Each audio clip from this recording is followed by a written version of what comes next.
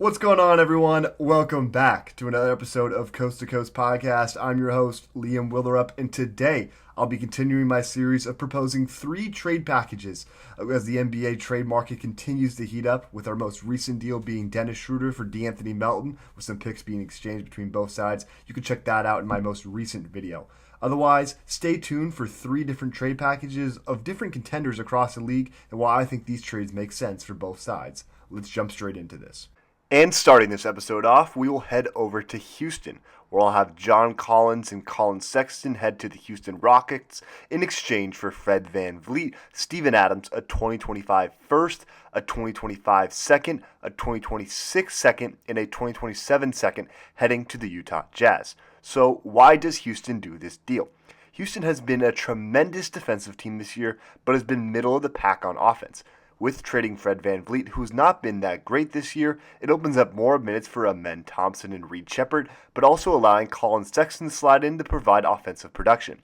As for John Collins, he's going to provide an elite reserve big for Houston behind Sengun, as he's been shooting 40+% from 3 this year and is an above-average rebounder. So why would Utah do this deal?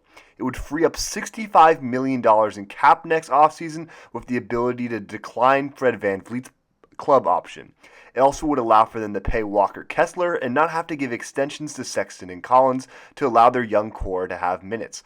It acquires 3 seconds in Houston's 2025 first. While it may be in the low to mid-20s, it's still a first-round pick. And, like I mentioned, it frees up minutes for guys like Cody Williams, Keontae George, Isaiah Collier, and Bryce Sensabaugh.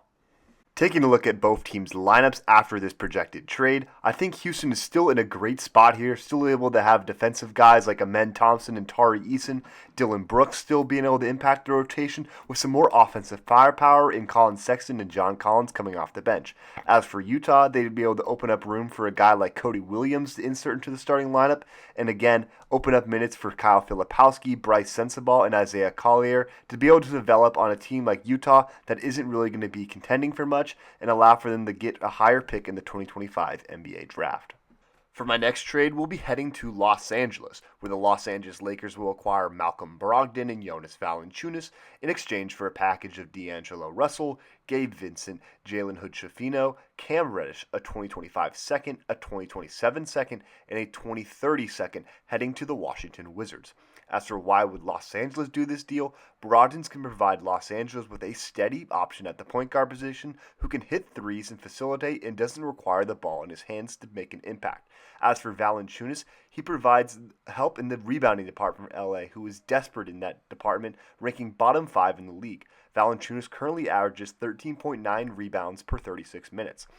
The Lakers also unload 3 expiring contracts of players who aren't producing as much as they'd like, and Gabe Vincent helped make the salaries work. As for why would Washington do this deal, they'd acquire draft capital for an expiring veteran and a player in Valanciunas who doesn't fit their roster's timeline. Vincent is the only player Washington would head into the next season with, but they could also flip him at the offseason to be able to get him off the books. Russell is the only player who'd receive any play time in this deal, if any, opening up more minutes for the youth on the roster with young guards like Carlton Carrington and Keyshawn George.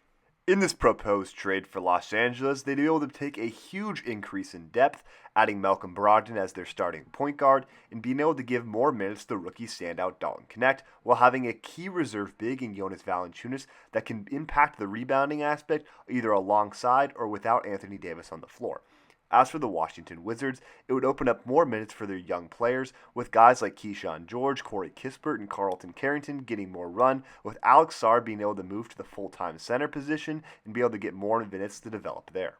For the final trade of the episode, we'll head over to Golden State, where we'll have Brandon Ingram and Antonio Reeves heading to the Warriors in exchange for Andrew Wiggins, Gary Payton II, Lindy Waters III, and a 2027 first via the Golden State Warriors heading to the New Orleans Pelicans. So why would Golden State do this deal? Ingram would provide Golden State with that secondary shot creator they desperately need in order to become contenders in the West and not have to rely on Steph Curry to be the main scoring threat every time down in the clutch. Ingram will also have bird rights on him, allowing Golden State to go over the cap to re-sign him in the offseason. The price should also be relatively low for Ingram, given he's expiring and wants out, lowering New Orleans' leverage with him. Also, why would New Orleans do this deal? Ingram wants out, and getting Wiggins in Golden State's 2027 first are solid assets. New Orleans could decide to bring back Gary Payton II after his contract expires and give the Pelicans elite perimeter defenders with guys like Jose Alvarado and Herb Jones. Wiggins could slot right in for Ingram and could be off their books the same offseason as CJ McCollum, clearing up to $58 million in cap. Taking a look at the projected rotations from both of these teams as a result of the proposed trade, the Warriors would still remain one of the deepest rosters in the NBA despite two trades, with Dennis Schroeder and Steph Curry starting alongside the guard positions and Brandon Ingram slotting in at the other forward position alongside Jonathan Kuminga. The Warriors would still have plenty of depth off the bench with Draymond Green, Buddy Hield, Brandon Podziemski, Trace Jackson-Davis, Kyle Anderson, and Moses Moody, to name a few. As for the New Orleans Pelicans, this season might be a waste, but going into the future, they could have a lineup of DeJounte Murray, CJ McCollum, Andrew Wiggins, Zion Williamson, and Yves Missi, with guys like Trey Murphy III, Herb Jones, Jordan Hawkins, and Brandon Boskin coming off the bench.